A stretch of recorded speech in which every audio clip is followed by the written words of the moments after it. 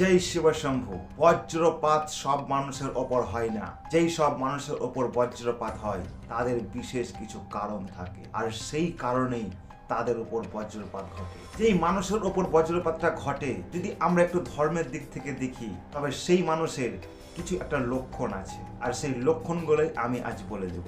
যেই মানুষের ওপর বজ্রপাতটা ঘটে সেই মানুষের লক্ষণ জন্ম থেকেই শুরু হয়ে থাকে। এবার তুমি হয়তো ভাবছো এ আবার জন্মের সঙ্গে কেমন সম্পর্ক, কিন্তু আমরা যতদূর জানি সনাতন ধর্মের প্রত্যেকটা কারণই কিছু না কিছু থাকে। এটা জানতে হলে আমরা একটু জানবো বাচ্চার জন্মের সম্বন্ধে। বাচ্চা যখন জন্ম হয় সাধারণত দুটি থলি থাকে। প্রথম থলিটি হচ্ছে অ্যামিনিটিক, এটি একটি তরল পূর্ণ থলি যার ভেতরে শিশু জরায়ুতে সুরক্ষিত থাকে। আরেকটি থলি হচ্ছে প্লাসেন্টা বা ফুল।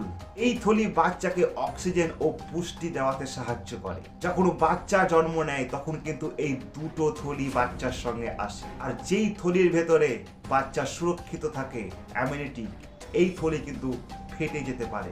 আর প্লাসেন্টা যেই থলিটি আছে সেই থলি কিন্তু ফাটে না। কিন্তু এখন কথা হচ্ছে এই প্লাসেন্টা বা ফুল, এই থলি যদি বাচ্চার সঙ্গে জন্ম না নেয় তবেই কিন্তু সেই মানুষের উপর বজ্রপাত ঘটে। আমার কথা যদি বিশ্বাস না হয় বয়স্ক মহিলাদের কাছে জিজ্ঞাসা করে নিও যে বাচ্চা জন্ম হওয়ার সময় যদি ফুল না হয় তবে কি হতে পারে তার জীবনে। এই ফুলই হচ্ছে বাচ্চার সুরক্ষিত কবচ। এই ফুল প্রত্যেকটা বাচ্চার সঙ্গে তৈরি হয়ে জন্ম নেয় না, আর এই সব লীলায় হচ্ছে ভগবানের হাতে। এই জিনিস যেই বাচ্চার সাথে ঘটে থাকে তাদেরকে গুরুজনেরা সাবধান করে দেয়, বজ্রপাত হতে গেলে যেন বাইরে না থাকে। আশা করি তুমি বুঝে গেছো আমি যেটা বোঝাতে চেয়েছি।